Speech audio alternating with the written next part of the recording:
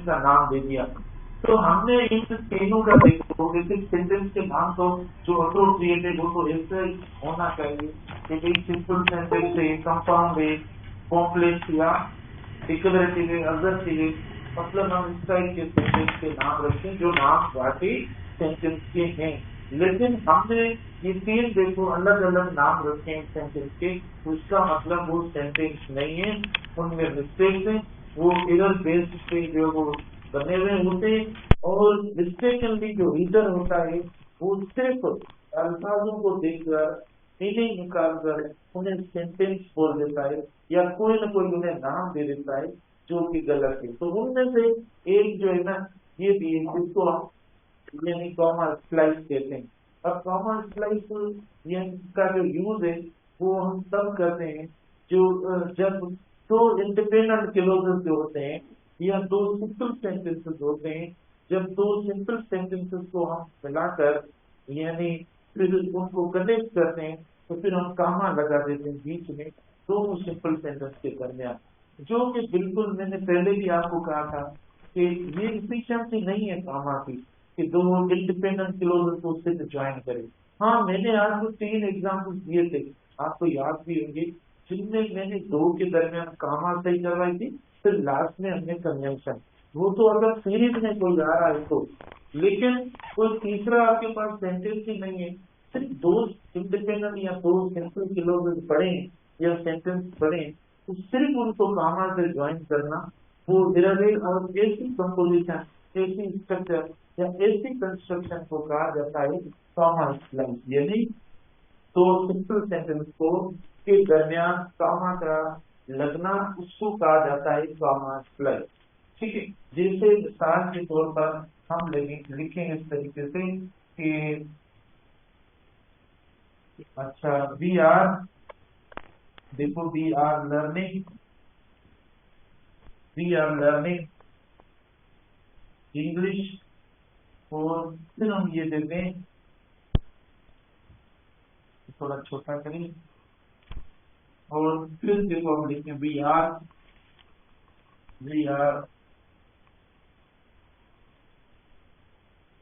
Enjoying it. तो जो मैंने एक्सप्लेन किया, जो आपको बताया, देखो वो ये बात, यानी we are learning English, we are enjoying it.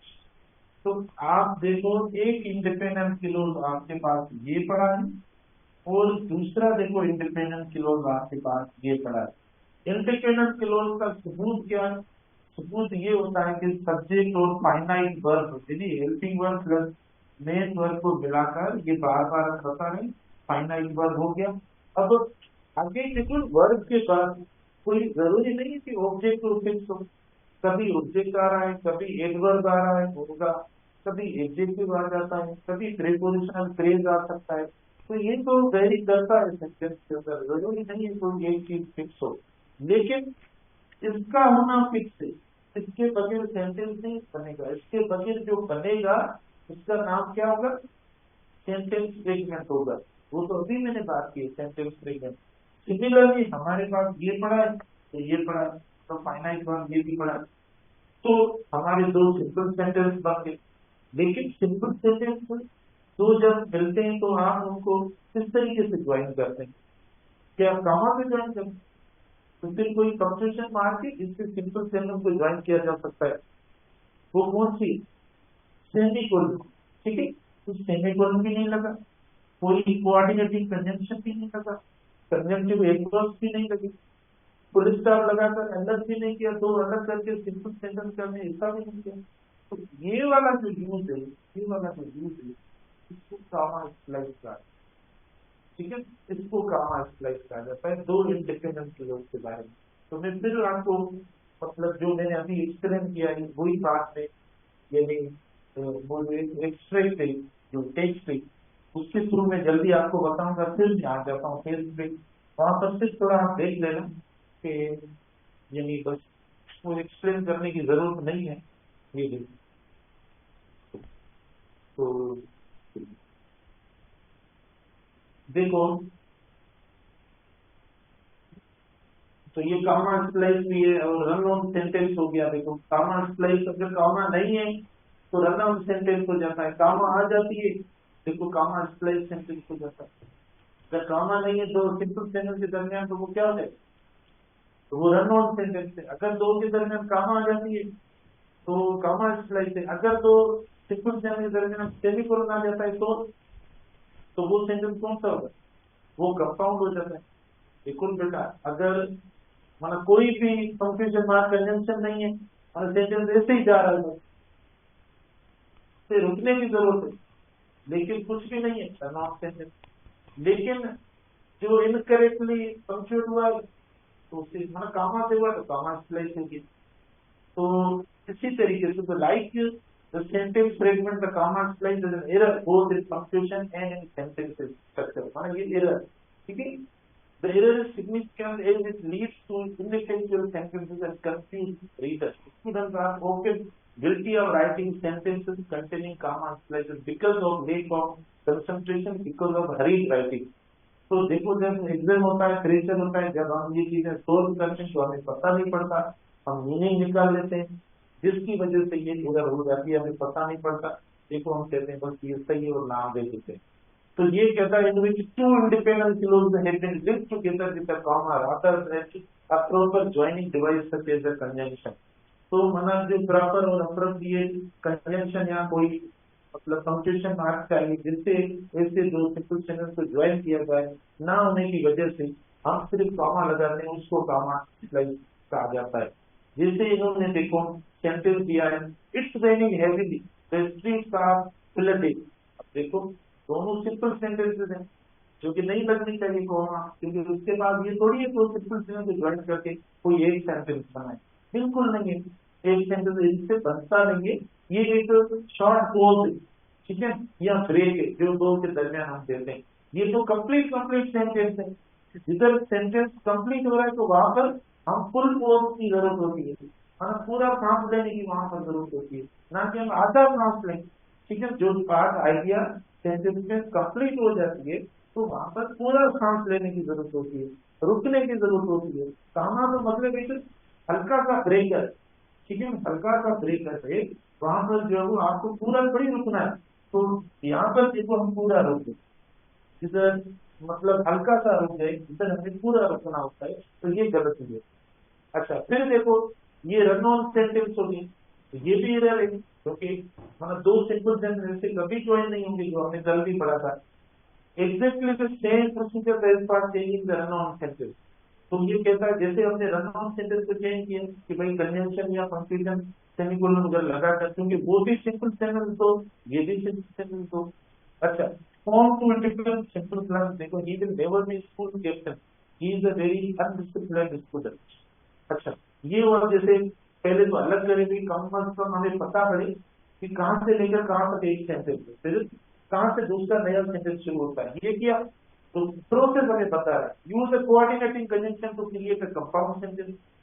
जो मतलब कोऑर्डिनेटिंग कंजंक्शन से कौन सा सेंटेंस तैयार होगा, कंपाउंड होगा, तो आपने कंपाउंड कर लिया। जैसे आप देखो तो अगर ये कंपाउंड नहीं, इधर ये एरर है, he will never be the school captain as he is a very undisciplined student. ये एज है, ये कोऑर्डिनेटिंग कंजंक्शन नहीं, ये कौन सा है, ये कॉम्प्लेक्स में हो जाएगा, ये कॉम्प्लेक्स सेंटेंस हो जाएगा। ही will never be the school captain, ठीक है। तो ये मतलब आपका एज या विकल्प, देखो विकल्प का सेंस दे रहा है, एज या विकल्प का दे रहा है, तो ये कंपाउंड नहीं, तो ये कंपाउंड सेंटेंस नहीं। ठीक है, एज और विकल्प जो है ना, ये सबऑर्डिनेटिंग कंजंक्शन, कोऑर्डिनेटिंग कंजंक्शन कहाँ है मुझे बता। आपने 10 पॉइंट पढ़ा, इसमें कहीं पे एज आ रहा है, नहीं आ रहा है, ठीक है। तो ये आपका कॉम्प्लेक्स सेंटेंस होगी, सेंटेंस नहीं कॉम्प्लेक्स है, और ये जो सबऑर्डिनेटिंग कंजंक्शन। तो he will be never the school captain as he is a very undisciplined person. तो ये बिल्कुल रीजन दे रहा है, रीजन दे रहा है, तो रीजन के हिसाब से एज लगाए, विकल्प लगाए, सिंस लगाए, ये लग सकते हैं। अच्छा replace the comma with the semicolon. देखो अगर दो इंडिपेंडेंट क्लोजेस हैं तो आप ये लगा दो, देखो he will never be the school keeper, he is a very undisciplined student। तो हम कॉन्टेक्ट आपस में मिल रहा है तो उसने मिलता कंपाउंड, अभी ये कंपाउंड है, देखो अब इसको कंपाउंड बोले, कंपाउंड हुआ।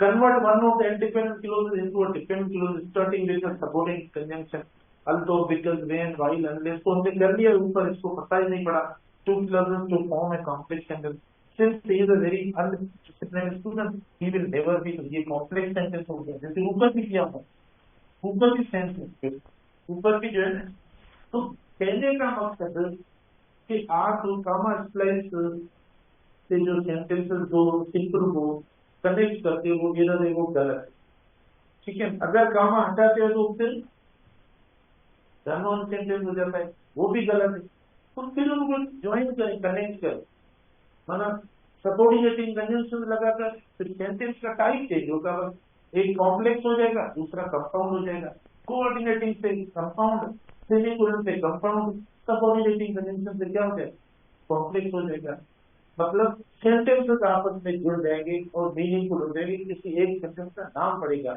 नहीं तो सेंटेंस का ये नाम नहीं है नहीं तो ये सेंटेंस का नाम नहीं है या नहीं तो अगर ऐसा भी नाम रखेंगे तो वो भी सेंटेंस का नाम नहीं है ठीक है सेंटेंस का नाम नहीं है जो सेंटेंस फ्रेगमेंट होगी तो ये तीन जो है पार्टी सेंटेंस है ये दूसरा ये तीसरा है तो ये हमने पढ़ने पार्टी इसके सिवा जो होगा वो सेंटेंस होगा क्योंकि हम प्रॉपर इसको फॉलो करते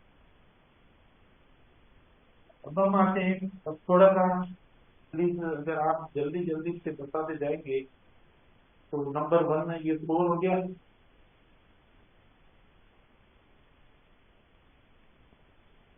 नंबर 1 नजर आ रहा है छोटे बहुत आसान है बस इन्हें पढ़ने क्लास में जल्दी जल्दी करेगा सुबह में पढ़ना परीक्षा मत करना देखो बेटा I came to tell me that the school was closed. The underlying part of the sentence is dependent clause. Dependent clause. That relative pronoun लगा. Life is dash we make it. Life is what we make it. क्योंकि आप देखो इधर antecedent भी नहीं मतलब antecedent होता तो हम वैसा मतलब रिलेटिव प्रोनाउन लगाते लेकिन ये बात सही Which is the relative pronoun in the following subordinate clause? He gave the gift and Rana took it. The gift which Rana brought was the best. The gift Rana brought was the best. The gift he had was the best. इसमें relative pronoun इस्तेमाल है 20 second में देखो relative pronoun ये इस्तेमाल ठीक है 20 second में जो है ना हमने ये relative pronoun इस्तेमाल किया है 20 सेकंड के अंदर ये आएगा तो उसके बाद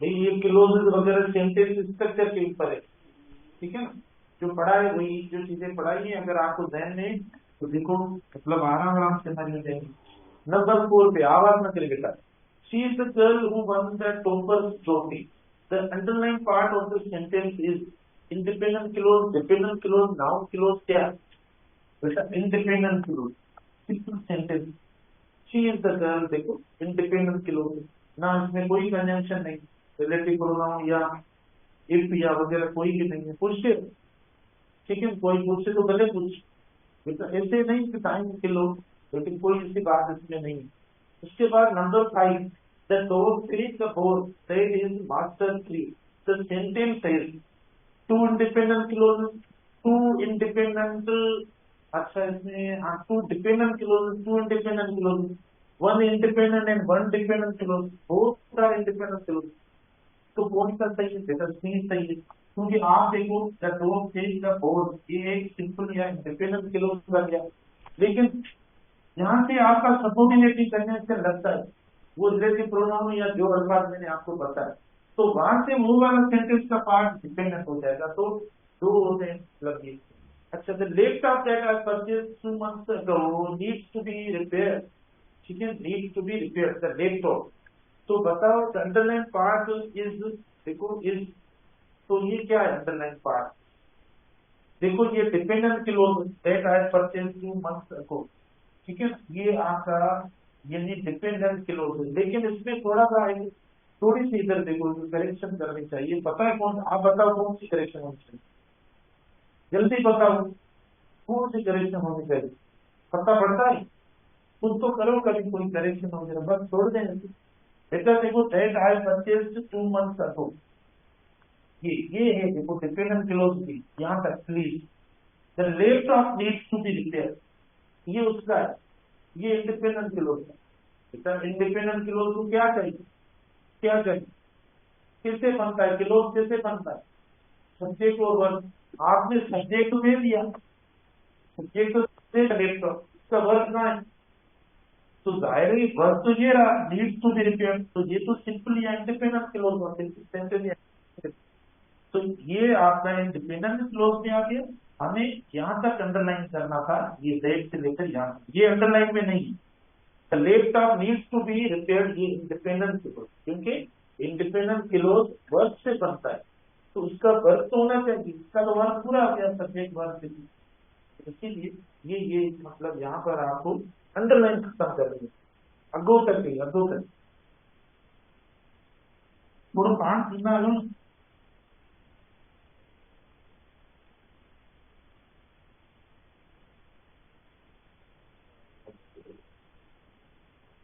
चलो यहाँ से स्टार्ट हो गया, शाबाश शाबाश, लर्निंग हो, लर्निंग हो। A subordinate clause can stand by itself, cannot stand by itself, comes in simple sentences, comes in compound। शाबाश, सबोर्डिनेट क्लोज जो है ना, cannot stand by itself, subordinate close है, डिपेंडेंट क्लोज है, वो तो मतलब अकेला मीनिंगफुल होता नहीं है। भाई सबोर्डिनेट क्लोज अगर उसके साथ आप इंडिपेंडेंट क्लोज साथ ना रखें तो उसकी कोई कौन सी वैल्यू, कोई नहीं है। Dependent clause begins with independent conjunction, fixable conjunction, subordinating conjunction, या none of this, subordinating, ठीक है, subordinating conjunction। An independent clause has a subject and a verb, subject and adverb, action verb and a conjunction, conjunction and subject, ठीक है, subject and a verb।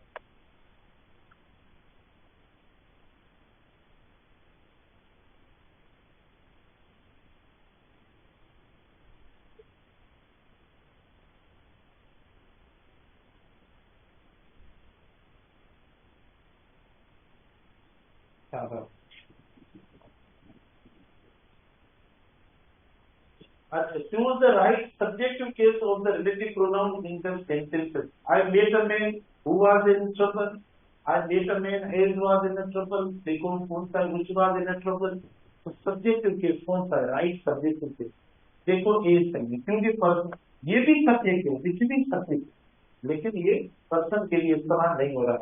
Conjunction so is used to join two independent clauses, adjective clause, complex sentence, noun clause, क्या, ठीक है। देखो ये pen boys का है, pen boys की दो इंडिपेंडेंट क्लोजेस को, पेन बॉयज वाले कंजंक्शन कोऑर्डिनेटिंग कंजंक्शन से, वो किसके लिए हम यूज करते हैं, कंपाउंड सेंटेंस के लिए, तो सो वहां पर आकर आकर पड़ा बॉयज, इज लास्ट वाला वो सो है। अच्छा, which of the following is not in independent clause, okay, इनमें से कौन सा भी इंडिपेंडेंट क्लोज नहीं है, they will discuss it every time my cousin from Cairo, I can imagine the situation, okay, he sees are walking, तो इसमें से एक जो है ना वो इंडिपेंडेंट क्लोज नहीं है, लग रहा है कोई ऐसा कि कोई नहीं है, कौन सा सेंटेंस है बेटा, देखो बी, देखो ये, देखो सब्जेक्ट वर्ब इसमें पढ़ा है, ठीक है, मैं इतना ही प्रयोग कर रहा हूँ। अच्छा, सब्जेक्ट वर्ब इसमें पढ़ा है, सब्जेक्ट वर्ब इसमें पढ़ा है, तो सब्जेक्ट वर्ब फाइनाइट वर्ब पढ़ा है, सब्जेक्ट पढ़ा है, इसका मतलब वो इंडिपेंडेंट क्लोज तो पढ़ा है। इसमें भी बताओ every time I cousin from Cairo, इसमें है सब्जेक्ट वर्ब नहीं है, तो ये क्या, इसको क्या बोले, सेंटेंस फ्रेगमेंट बोले, ठीक है, तो एक इसको सब्जेक्ट या वर्ब को इसे सब्जेक्ट फ्रेगमेंट बोला चाहिए।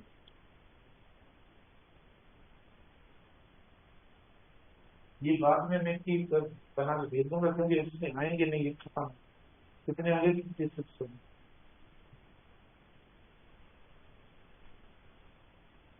शाबाश, वेरी गुड बेटा, लर्निंग हो रही है, आप खुद कर रहे हैं या मैं बता रहा हूँ कि आपको कुछ समझ में आ रहा है, ठीक है। देखो, यानी where can a predicate appear in a sentence, ठीक है, where can a predicate appear in a sentence, before the subject, subject, before and after the subject, all of the above, ठीक है, before the subject, after, before and after the subject की सही। देखो बेटा, predicate subject के बारे में बताने वाली ग्रुप ऑफ वर्ड्स होते हैं जो ठीक है, कोई प्रीपोजिशनल आता है या एडवर्ब फ्रेज आता है, राइट। और के बाद वर्ब हो मतलब में भी इस्तेमाल करते हैं, तो दोनों जगहों पर आ सकता है, मैंने आपको बताया दिया। which of the following sentence is correct? Nandita didn't enjoy the play as a result. She, as a result, she didn't recommend it. Nandita didn't enjoy the play as a result. She didn't recommend it. शाबाश, पढ़ने की कोई जरूरत नहीं है, बताएं कौन सा सेंटेंस है, ठीक है सर, सही है। एज द रिजल्ट देखो कंजंक्टिव एडवर्ब के तौर पर आता है, ठीक है, एज द रिजल्ट वर्ड जो है, ठीक है, ये कंजंक्टिव एडवर्ब के तौर पर आता है, तो हमें सेमीकोलन पहले इस्तेमाल, मुझे पता है क्या है, इसी में मैं आपकी एरर कौन सी होगी मैं बता देता हूँ पहले, जो आप एरर करेंगे इस सेंटेंस की, इसकी मतलब ये एरर करेंगे, ये वाली इधर होगा कंजंक्टिव एडवर्ब, कंजंक्टिव एडवर्ब होगा, और इधर ये होगा, ये आप एरर करें।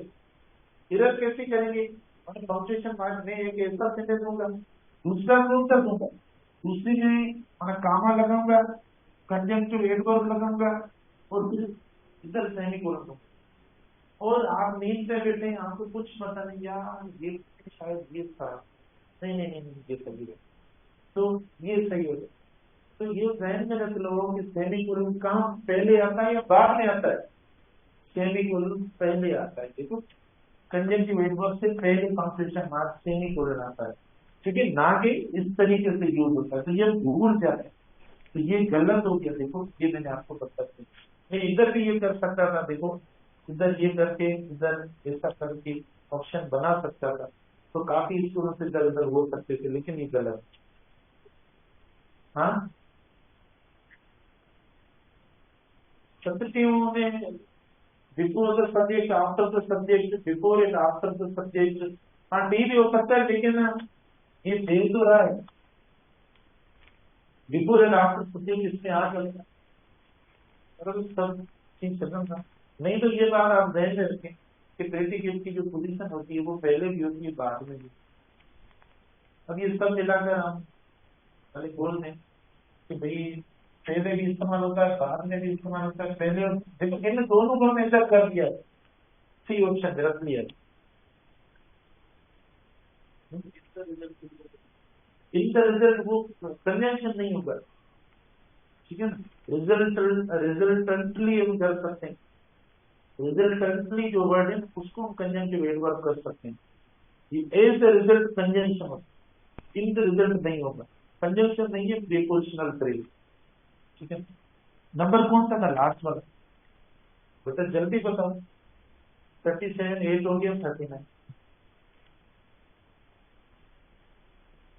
तो बताते जाएंगे, बताते जाएंगे, देर ना करो।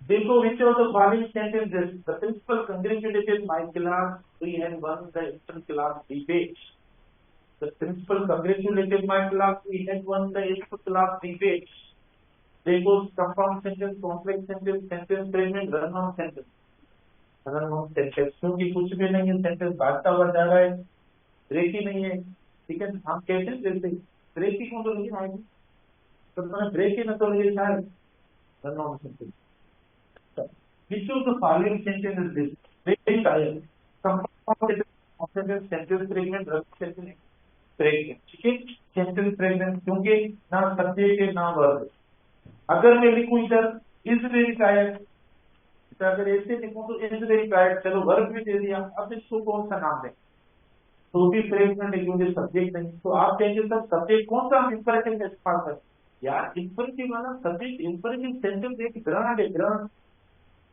समझे, ग्रांड है, उसका पहले से पता है हमें, बस उससे कोई बार्गेनिंग नहीं होगी, उसका रेट फिक्स है, और वो कौन सा, जो कि यूज ऑलरेडी पता है। बाकी अगर आप वर्ब लगाते हो, बाकी वर्ब इज लगाते हो, वाज लगाते हो, हर अपना आर लगाते हो, या वर लगाते हो, ये वर्ब या सेकंड फर्स्ट थर्ड फॉर्म ये चेंज करते हो, तो उसके सब्जेक्ट अलग अलग होंगे, वो सब्जेक्ट कोई एक नहीं होता, तो वेरिएशन ऑफ सब्जेक्ट जो है ना वो उस सेंटेंस को क्या करती है, उसको फ्रेगमेंट बना देती है, लेकिन इंपरेटिव में वेरिएशन ऑफ सब्जेक्ट ये नहीं पता, वर्ब के फर्स्ट फॉर्म के साथ एक ही सब्जेक्ट है, जो कि कौन सा है, हाँ नंबर कौन सा होगा सेंटेंस।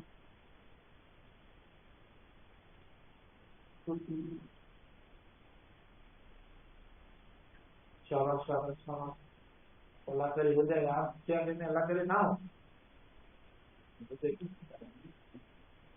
देखो, which of the following sentence is this? I am teaching you English and you are listening to me. Compound शाबाश, पूरा सेंटेंस हर चीज देखो बिल्कुल सही प्रॉपर देखो, देख लो ये है टेस्ट। अच्छा आप खुद प्लीज असेस करें to what extent you have gained, you have learned, right? The simple sentence है a dependent clause and independent clause supporting it क्या होता है simple independent clause। simple sentence में देखो, simple sentence is composed or consisted of an independent clause। all sentence must include at least one independent clause। independent clause के बगैर कोई sentence बन नहीं सकता। और मैं हाँ तो पता चले केड़ी चीज का बता, मेरे ख्याल में हमने ये दो कर दिए, सारे हो गए। फिर रहा तो एक, फिर पता नहीं कहाँ से ऊपर नहीं है। मेरे ख्याल में ये भी एक मैंने सेविंग सेविंग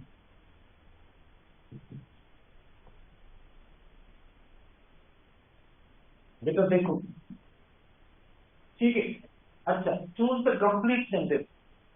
देखो ये सारी चीजें होंगी, सेंटेंस से रिलेटेड होंगी, सब कुछ होगा सेंटेंस से रिलेटेड। हर चीज आपको बताइए। I return no one will leave this room until I return no will leave this room until I return no one leave this room. ये पुलिस का शाबाश, कौन सा सही, बी सेकंड, वेरी गुड। क्योंकि सबऑर्डिनेटिंग कंजंक्शन पहले आ जाता है तो आप काम आते हैं, मतलब दो सेकंड घूम लेंगे। तो तीस step before the police arrive, the underline word is क्या है, बिफोर क्या है, शाबाश। ये जो है ये आपका सबऑर्डिनेटिंग कंजंक्शन। ये प्रीपोजिशन भी हो सकता है, एडवर्ब भी हो सकता है, डिपेंड करता है। सही दिखते हो,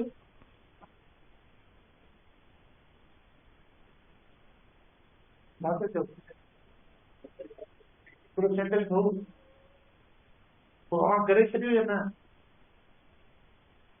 केड़ो रहेगी हाँ या कितने ना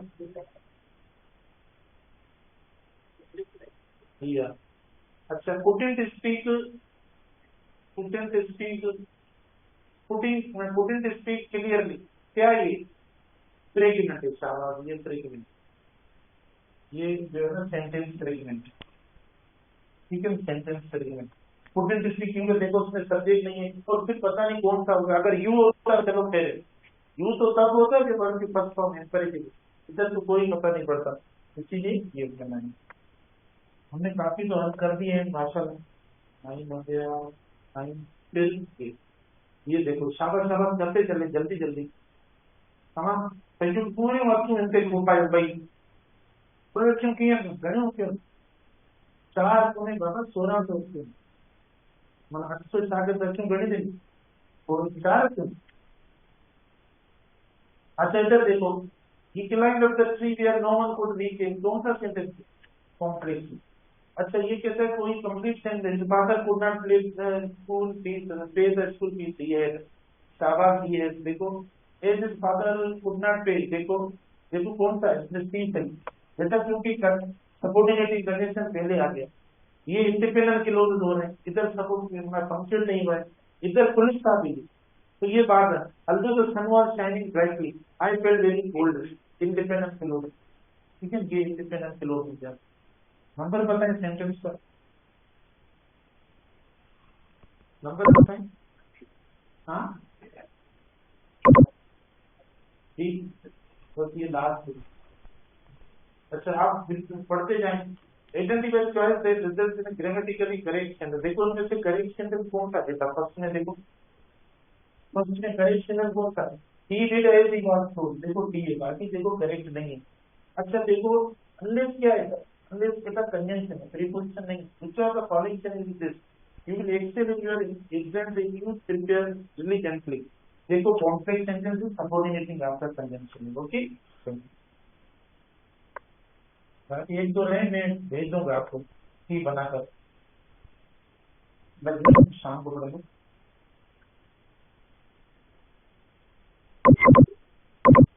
है।